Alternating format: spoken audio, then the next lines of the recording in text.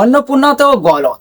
লক্ষ্মীর ভান্ডার নিয়ে যারা পোস্ট তুলেছিলেন, এবার সেই পোস্টই ফিরছে অন্নপূর্ণার দরজায়। পশ্চিমবঙ্গের রাজনীতিতে গত কয়েক বছর ধরে সবচেয়ে বেশি বিতর্কিত বিষয়গুলির মধ্যে অন্যতম ছিল বিভিন্ন সামাজিক প্রকল্পের উপভোক্তাদের তালিকা। বিরোধী থাকাকালীন বিজেপির অন্যতম প্রধান অভিযোগ ছিল লক্ষ্মীর ভান্ডারে বহু অযোগ্য ব্যক্তি টাকা পাচ্ছেন, মৃত ব্যক্তিদের নামেও টাকা যাচ্ছে, পুরুষরাও নাকি মহিলাদের প্রকল্পের সুবিধা পাচ্ছেন, প্রকল্পে বেনো জল ঢুকে গিয়েছে। এই অভিযোগগুলিকে সামনে রেখে বারবার বলা হয়েছিল ক্ষমতায় এলে সব গলত ধরা হবে, প্রকৃত উপভোক্তারাই টাকা পাবেন, স্বচ্ছ তালিকা তৈরি হবে। কিন্তু এখন পোস্টে উঠছে তাহলে অন্নপূর্ণা যোজনার ক্ষেত্রেও একই ঘটনা কেন? পুরুলিয়ার রঘুনাথপুরের বাসিন্দা স্বদেশপ্রিয় মাহাতের দাবি অনুযায়ী তিনি পুরুষ, তিনি কোনো আবেদনই করেননি, তারপরও তার অ্যাকাউন্টে 3,000 টাকা ঢুকে গেছে। তিনি সেই টাকা ফেরত দিতে প্রশাসনের দ্বারস্থ হয়েছেন। আমার নাম স্বদেশপ্রিয় মাহাতো, আমি রঘুনাথপুর শহরের বাসিন্দা। আমি গতকালই আমার একটি রঘুনাথপুর একটি রাষ্ট্রায়ত্ত ব্যাংকে এখানে ব্যাংক অ্যাকাউন্ট রয়েছে। সেই ব্যাংক অ্যাকাউন্টে যখন পাসবুক আপডেট করতে যাই তখন দেখছি যে অন্নপূর্ণা যোজনার 3,000 টাকা সেখানে জমা হয়েছে।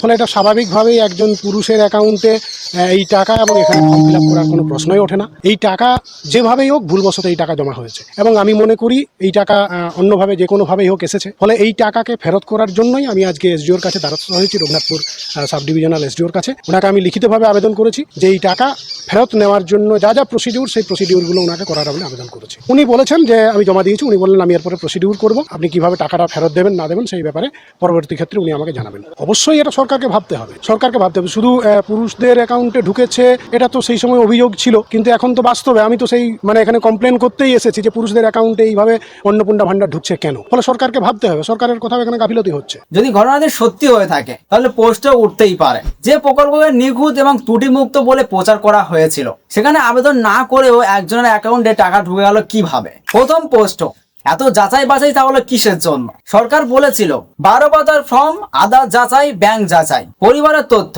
আয়ের তথ্য, সরকারি কর্মী কিনা যাচাই, আয়কর দাতা কিনা যাচাই। এত কিছু যাচাই করার পরেও যদি ভুল ব্যক্তির অ্যাকাউন্টে টাকা ঢুকে যায় তাহলে সাধারণ মানুষের প্রশ্ন করা স্বাভাবিক। তাহলে এই বিশাল তথ্য সংগ্রহের উদ্দেশ্য কি ছিল? লক্ষ্মীর ভান্ডারকে আক্রমণ করে অন্নপূর্ণার প্রচার হয়েছিল। मैं खास तौर पर बंगाल की सभी बहनों बेटियों को भरोसा देने आया हूं।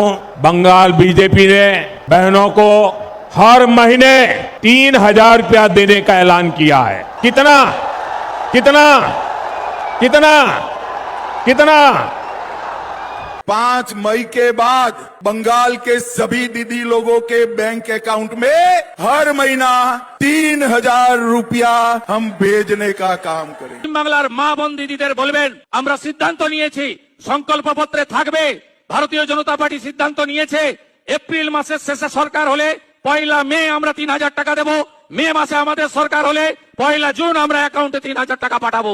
মোদিজি সূচনা পাঠিয়েছেন যে লক্ষ্মী ভান্ডার যেটা মমতা সরকার দিত সেটা তো আজকে ওদের কাছে আর টাকা নেই, বন্ধ করে দিয়েছে। মোদি সরকার বলছে আমরা এখানে আসলে 1 তারিখ থেকে 1 জুন থেকে সমস্ত মহিলাদের ব্যাংকের খাতায় 3,000 টাকা অন্নপূর্ণা ভান্ডার আমরা কিন্তু শুরু করতে চলেছি। নতুন সরকার বারবার বলেছিল লক্ষ্মীর ভান্ডারে বহু ভুয়ো উপভোক্তা রয়েছে, আমরা সেইগুলো আর হতে দেব না, আমরা স্বচ্ছ তালিকা তৈরি করব।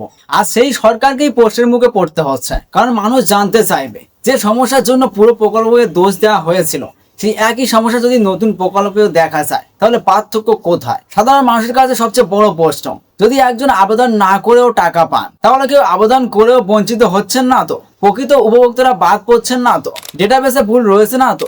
যাচাই প্রক্রিয়ায় ত্রুটি আছে না তো?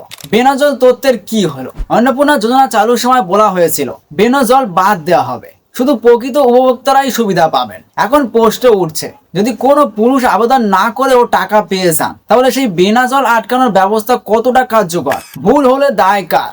সরকারি আধিকারিক, ব্যাংক, ডিবিটি সিস্টেম নাকি প্রকল্পের ডেটাবেস? কারণ বিষয়টি শুধু 3,000 টাকার নয়, এটি প্রশাসনিক বিশ্বাসযোগ্যতার প্রশ্ন।